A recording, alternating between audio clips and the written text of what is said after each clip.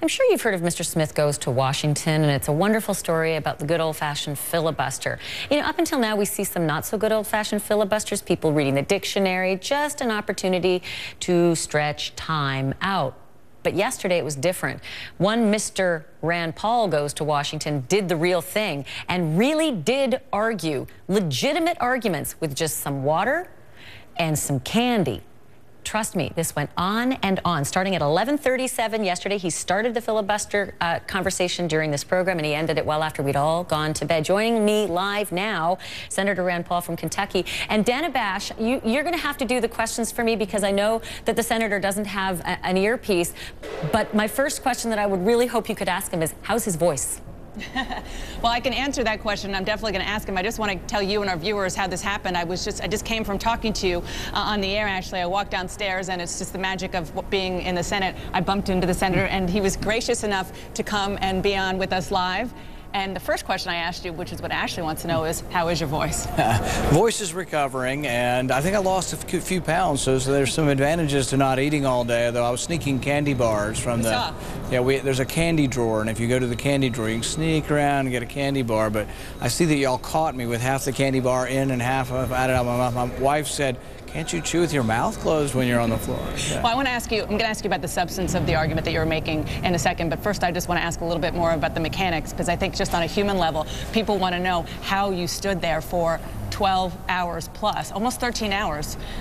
Well, it's not easy. My feet were hurting by the end of the day. You can't leave the floor and you can't sit down, so you can't use the restroom or do anything like that. And you were told that to your staff, or did the parliamentarians say? It just sort of is the rule that's kind of known, and the staff knows the rules better a lot of times than the senators do, so they gave me the advice on what we could do, and there's staff in there that works for the Republican side and the Democrat side. They inform you what you can and can't do.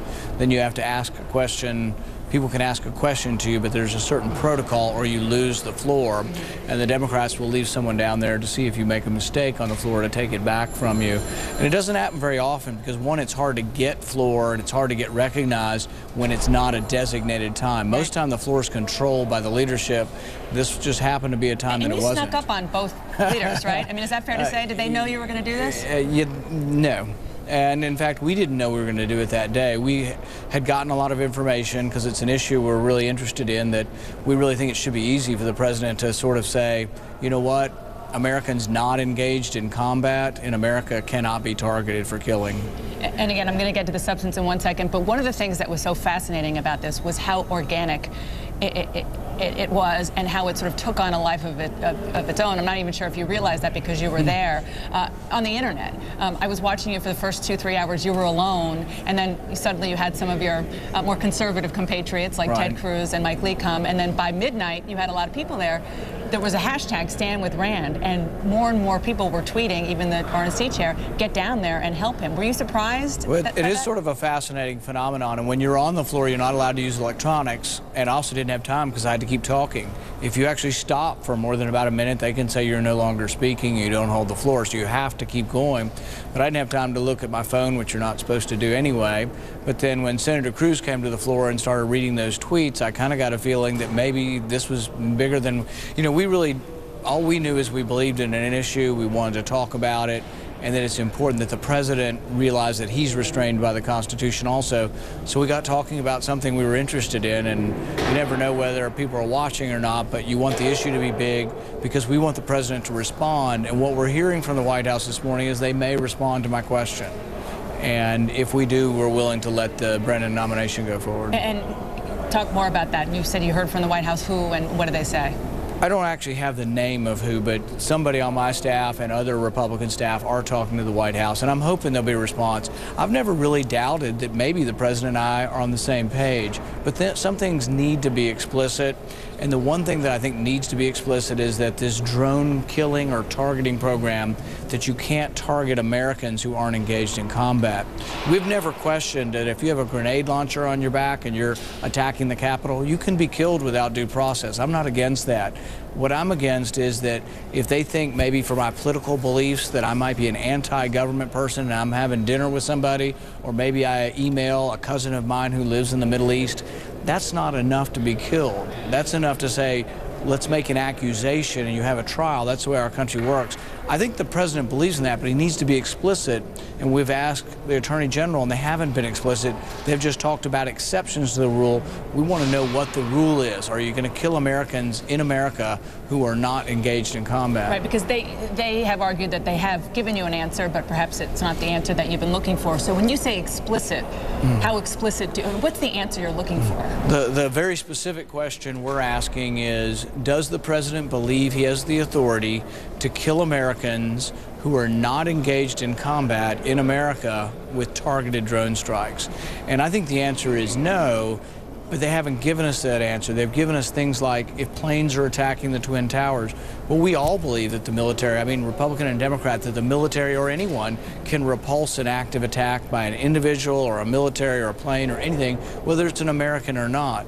What we're talking about is the drone program overseas now often targets people who aren't engaged in combat. They're sitting at home in their house.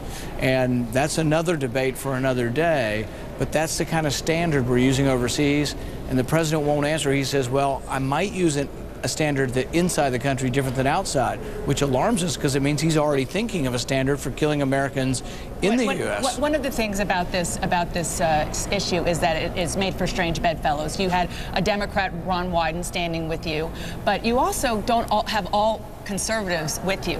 The Wall Street Journal, which is known as a very prominent conservative editorial page, really took after you this morning, saying that you had great theater, but you're just wrong on the issue because that the U.S. government cannot randomly target American citizens on U.S. soil or anywhere else. What it can do under the laws of war is target an enemy combatant anywhere at any time, including U.S. soil.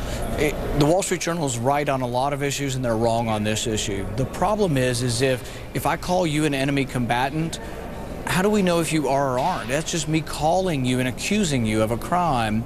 Should there be enough power by any politician, Republican or Democrat, to just say, you're an enemy combatant and a Hellfire missile drops on your house? That's what they're saying. And I, with every fiber of my body, believe that that is unjust and unconstitutional, that if you're an American on our soil, people can't just accuse you and call you a name. They're just assuming that the person calling your name is omniscient and knows you were guilty of that. But the way I see it is, look, you know, we have a lot of Arab Americans who live in Dearborn, Michigan.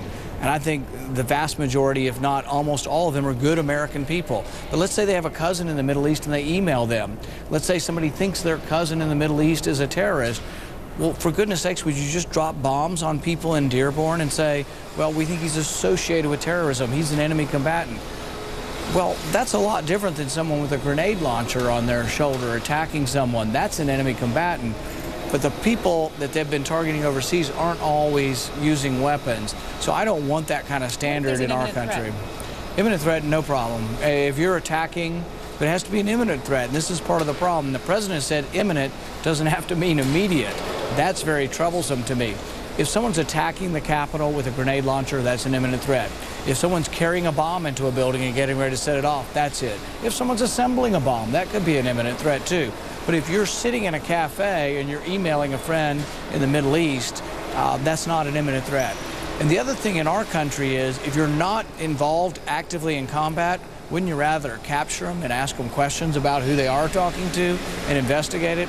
But really it's about the belief that justice, innocence or guilt should be determined by a jury of your peers. That's what we fought for. That's what our soldiers are fighting for. And to me, it's disappointing to think that they would be overseas risking their lives to fight for something that we're willing to give up on so easily. You talked for a very long time, and you had a lot of things to say yesterday into last night. One of the things that you said was you were talking about 9/11, and you were using the example of the hijackers. And you said that you thought maybe the hijackers were citizens. Did you mean U.S. citizens? There were 19 hijackers. A lot of them were here on student visas. I'm almost positive I've read somewhere, and it's hard to be authoritative, but I'm not positive. But I thought I read somewhere that some of them had voting cards. And to have a voting card, you would have to be a citizen. And I had never read that they were citizens, but I read somewhere the other day, and so that I may have misspoke, but I thought I had read somewhere that some of them had voting cards. And I don't know how they would have voting cards if they weren't citizens. Let me ask more of the personal questions here. We talked a little bit about the fact that you were eating on TV, eating in front of the senators. You ended it saying effectively that nature was calling. Right. Is that why you ended it? Because you had to go? Yeah. When you got to go, you got to go? Yeah, 12 hours is a long time not to go to the restroom. And so, yeah, it does limit you. And I asked, how did Strom Thurmond go 24 hours? And apparently there are stories that he was bending the rules a little bit. Bending the rules how? By leaving the floor briefly leaving the floor. I'm glad that was your answer. But did you go in, when you went in at 11:47 a.m., did you say, I'm going to be here until after midnight? What was your plan? As I drove up in the morning, I was with a staff member, and I said, if we have a chance, why don't we maybe try to capture the floor to make our point? We had no plan, and I had the wrong shoes on. My feet were hurting the whole day, and we really didn't plan it out. We had thought about that this issue is important enough that we would like to do it sometime, but the floor is controlled by the leadership, and it's not often left open where someone can sort of capture the floor and begin to speak. So one of the reasons filibusters don't occur is because they carefully guard the floor from letting it happen, and it was left unguarded, so I decided to speak. I did notice that you had water there, and I don't know if it was intentional. You were trying not to drink it. That was intentional? I decided to drink very little water and have no caffeine. Yeah. Well, you clearly didn't need it. What happened when you left? Did you go have a big meal? Yeah, it was almost 2 in the morning. I went home, but it was nice. There were a lot of supporters. My staff stayed through the evening. A lot of them were in the gallery. A lot of other staff was. And really one of the most complimentary things I found was about 15 members from the U.S. House of Representatives came over. I've never seen that happen before. It energized me, and a lot of them said that it energized the movement of people who really believe strongly in the Constitution. And when you were on the floor, you were talking about the fact that Strom Thurmond has had the longest filibuster in history, but you didn't have in the back of your mind, oh, you know, I'm going to try to be competitive and try to beat that? No, not really. And I really didn't know how long it would go on when I started. In some ways, I had said early on, if the president will respond, I'll stop now. And that's really all we've been looking for is a clarification. And we really think the president may not be too far away from us on this, but we're troubled by the fact that it's been hard to get the information, and that when Senator Cruz asked Eric Holder questions, he had to ask him repeatedly, is it constitutional or not? Are you saying you have the authority? And he kept using words like, well, it's not appropriate. And the president used words like, I don't intend to. But see, he did this on indefinite detention, too. The president signed into a law that says you can detain a citizen of the United States without a trial.